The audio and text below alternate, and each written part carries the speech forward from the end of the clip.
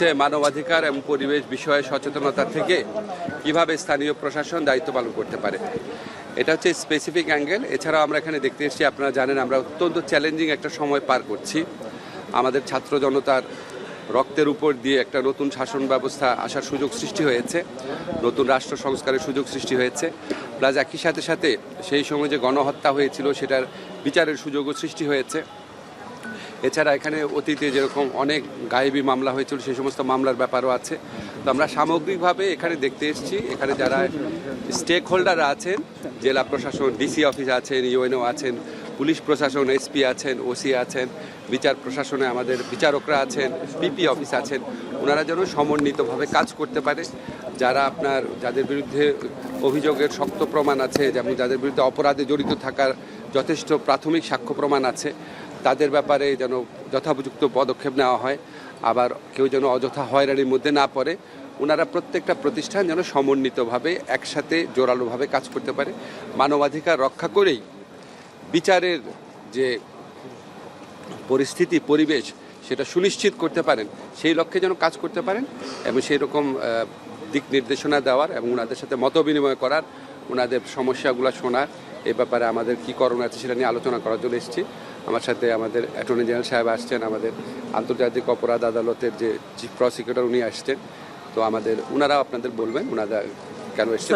Sir, আপনার কাছে প্রশ্ন একটু, যে 24শে জুলাই বিপ্লবের চেতনায় যে নতুন সরকার গঠিত হয়েছিল, এরপর থেকে যে আইন শৃঙ্খলা পরিস্থিতি দেখা যাচ্ছে, এতে ভয়াবহ পরিস্থিতি কেন? আপনারা তো নিজেরাই বিপ্লবী আছেন এবং পরিস্থিতি যা ভয়াবহতাতে তো মানুষজন সন্তুষ্ট না। মানুষজনের তো সন্তুষ্ট না থাকার কারণ থাকতে পারে, অবশ্যই থাকতে পারে। আইন শৃঙ্খলা পরিস্থিতি মানে এরকম না যে আমাদের এখানে খুব আত্মতুষ্টির স্কোপ আছে, আমাদের আত্মতুষ্টির স্কোপ নাই। আইন শৃঙ্খলা পরিস্থিতি আমাদের এই গত 6 মাসে মাঝে মাঝে মোটামুটি ভালো থেকেছে, মাঝে মাঝে খুব খারাপ হয়েছে। যখন খুব খারাপ কিছু হয় আমরা প্রচণ্ড আত্মজিজ্ঞাসার সম্মুখে পড়ি, খুবই খারাপ লাগে। এবং এটা তো আমরা তো এই সমাজে বাস করি, আমাদের বন্ধুবান্ধব, পরিবার পরিজন, আমাদের পরিচিত লোকজন, তাদের থেকে আমরা যেসব কথা শুনি বিভিন্ন সংবাদ মাধ্যমে, এটা কারো তো ভালো লাগার কথা না। তবে আপনাদেরকে অনুরোধ করি, কিছু বাস্তব সমস্যা আছে, প্লিজ একটু বোঝার চেষ্টা করেন। সেটা হচ্ছে, 1 নম্বর হচ্ছে আমরা একটা ধ্বংসপ্রাপ্ত কিছু প্রতিষ্ঠান নিয়ে কাজ করছি, বিশেষ করে পুলিশ প্রশাসন। আপনারা জানেন এখানে আগের সময় কীরকম রিক্রুটমেন্ট হয়েছে এবং তাদের ট্রেনিংয়ের ক্ষেত্রে কী ঘাটতি ছিল, তাদের দায়িত্ব পালনের ক্ষেত্রে সমন্বয়হীনতা থাকতে পারে, ব্যর্থতা থাকতে পারে। তারপরে আমাদের এখানে যে পুলিশ, বিচার প্রশাসন, সব ক্ষেত্রেই আমরা যেটা সোজা করে বলতে চাই, আমরা মানে ধ্বংস হয়ে যাওয়া প্রতিষ্ঠান নিয়ে কাজ শুরু করেছি। এটা একটা বড় চ্যালেঞ্জ। আবার এখানে আপনারা জানেন যারা পতিত ফ্যাসিস্ট শক্তি আছে, এরা তো আপনার কিছু লোক পালিয়েছে, মেজরিটি তো দেশে থেকে গেছে এবং তাদের হাতে হাজার হাজার কোটি টাকা। এগুলি তো বানানো কথা না, আপনারা জানেন। টাকা থাকলে এবং বদমতলব থাকলে অনেক আইন শৃঙ্খলা পরিস্থিতি নষ্ট করার মতো অনেক কিছু করা যায়। তাদের একটা রোল থাকতে পারে এবং আছে বলেও আমরা অনেকে বিশ্বাস করি। এছাড়া যারা স্বভাবগত অপরাধী, তাদেরও অবশ্যই ভূমিকা আছে এখানে। আমাদের ব্যর্থতা আছে, এটা অস্বীকার করার কোনো রকম উপায় নাই।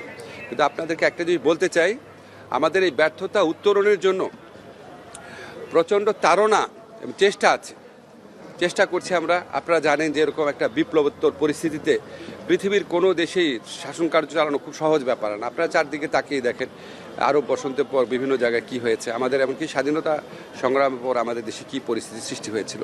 তো এরকম পরিস্থিতিতে যদি ওই পার্সপেক্টিভে দেখেন, তাহলে হয়তো আমাদের অনেক কিছু আপনারা সহৃদয়তার সাথে দেখতে পারবেন, ক্ষমা করতে পারবেন। আমি আপনাদের একটা কথা বলি, আমাদের অসহায়ত্ব দেখেন না। আমি যদি এখন আপনাকে রিয়ালিটি বলি, সেটা অসহায়ত্ব দেখছেন কেন? আমি তো আমার তাড়নার কথা, আমার দৃঢ়তার কথা, আমার দৃঢ় প্রচেষ্টার কথা সেটাও বলছি বারবার। তো আমি যদি আপনাকে সত্যিকার চিত্রটা বলি, তখন আপনি অসহায়ত্ব বলবেন। আমি তো বললাম যে এই সমস্ত চিত্র আছে, তারপর আমি আপনাদেরকে আরেকটা লাইন যোগ করে বললাম, আমাদের প্রচণ্ড আত্মজিজ্ঞাসা আছে, তাড়না আছে, প্রচণ্ড চেষ্টা আছে। প্রত্যেকটা ব্যর্থতার ক্ষেত্রে আমাদের প্রচণ্ড চেষ্টা আছে প্রত্যেকবার ভালো করার জন্য। দেখেন আমাদের স্বরাষ্ট্রমন্ত্রী কালকে গভীর রাতে একটা সাংবাদিক সম্মেলন করেছেন। আমি জানি না আপনারা এটা কীভাবে দেখছেন, কিন্তু আমি তো ওনাকে কাছে থেকে দেখি। কোনোবারই আমরা হতোদ্যম হই না, কষ্ট পাই, খারাপ লাগে যে কেন হচ্ছে এটা, এবং তারপর আরও দৃঢ় প্রতিজ্ঞার সাথে এটাকে ওভারকাম করার চেষ্টা করে সবাই। আমি ওনার মধ্যেও সেই চেষ্টা দেখেছি। ব্যর্থতা থাকতে পারে, কিন্তু আমার কথা জাস্ট একটাই, যে আমাদের এখানে ফলস আত্মতুষ্টি আমরা পোষণ করি না কখনো। আর সেকেন্ড হচ্ছে, ব্যর্থতা দেখে আমরা হতোদ্যম হয়ে যাই বা কিছু করার নাই। উনি আমার বললো একটা সেকেন্ড দেখেন, এটা খুব ভালো হচ্ছে আপনি প্রশ্নটা করেছেন। উনি আমাকে বলেছেন, আমি বলেছি আমি যদি কোনোদিন দায়িত্ব পাই আমি জীবন নিয়ে চেষ্টা করব। জীবন দিয়ে চেষ্টা করতে নিশ্চয়ই আমি, আপনারা ভাবেন না যে আমি জানটা দিয়ে মানে মরে যাবো বা আত্মহত্যা করবো, এটা তো ভাবেন নাই। ভেবেছেন আমি দিনে রাত পরিশ্রম করব। আপনার কি কোনো ধারণা আছে আমি কত ঘন্টা কাজ করি? এখন ভাই দিনে রাত কাজ, জীবন দিয়ে কাজ করবো বলতে তো এটাই বুঝিয়েছি। আমি দিনে অ্যাভারেজে 12-13 ঘন্টা কাজ করি। যখন আমি ঢাকা ইউনিভার্সিটি টিচার ছিলাম অ্যাভারেজে 3-4 ঘন্টা কাজ করতাম। এটাই ভাই আমার কাজ। আর এটা যে আপনি বললেন যে আইন শৃঙ্খলা পরিস্থিতি, তো স্বরাষ্ট্র মন্ত্রণালয়ের কাজ। আপনারা একটা জিনিস সাথে একটা জিনিস গুলিয়ে ফেলেন কেন? পুলিশ কি করছে বা করছে না, বা রাস্তায় কি অপরাধী করছে, এটা তো আইনমন্ত্রীর কাজ না। তারপরেও তো আমরা কোঅর্ডিনেশন মিটিংয়ে বসি, এটা আমার স্পেসিফিক কাজ না। কিন্তু আমরা সবসময় কোর কমিটি মিটিং ওখানে যাই, কন্ট্রিবিউট করার চেষ্টা করি। এখন ধরেন আমি যদি আমার উপর একটা 24 ঘন্টা একটা টিভি রাখি, তাহলে কি আপনি বুঝবেন যে আমি 24 ঘন্টা আমি জীবন দিয়ে চেষ্টা করছি কিনা, নাকি আমার কাজ থেকে বুঝবেন?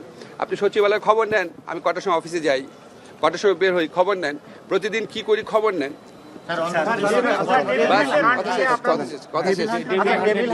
আচ্ছা না, ডেভিল হান্টে শোনেন, আমার কথা শেষ।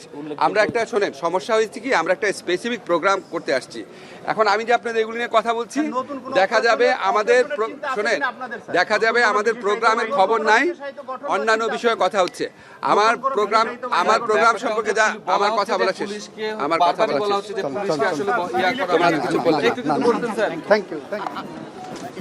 মানবাধিকার এবং পরিবেশ বিষয়ে সচেতনতা থেকে কিভাবে স্থানীয় প্রশাসন দায়িত্ব পালন করতে পারে, এটা হচ্ছে স্পেসিফিক অ্যাঙ্গেল। এছাড়াও আমরা এখানে দেখতে এসেছি, আপনারা জানেন আমরা অত্যন্ত চ্যালেঞ্জিং একটা সময় পার করছি।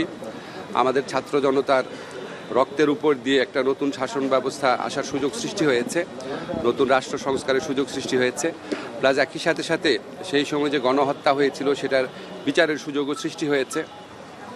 এছাড়া এখানে অতীতে যেরকম অনেক গায়েবী মামলা হয়েছিল, সেই সমস্ত মামলার ব্যাপারও আছে। তো আমরা সামগ্রিকভাবে এখানে দেখতে এসেছি, এখানে যারা স্টেক হোল্ডাররা আছেন, জেলা প্রশাসন, ডিসি অফিস আছেন, ইউএনও আছেন, পুলিশ প্রশাসন, এসপি আছেন, ওসি আছেন, বিচার প্রশাসনে আমাদের বিচারকরা আছেন, পিপি অফিস আছেন, ওনারা যেন সমন্বিতভাবে কাজ করতে পারে। যাদের বিরুদ্ধে অভিযোগের শক্ত প্রমাণ আছে, যেমন যাদের বিরুদ্ধে অপরাধে জড়িত থাকার যথেষ্ট প্রাথমিক সাক্ষ্য প্রমাণ আছে, তাদের ব্যাপারে যেন যথোপযুক্ত পদক্ষেপ নেওয়া হয়। আবার কেউ যেন অযথা হয়রানির মধ্যে না পড়ে।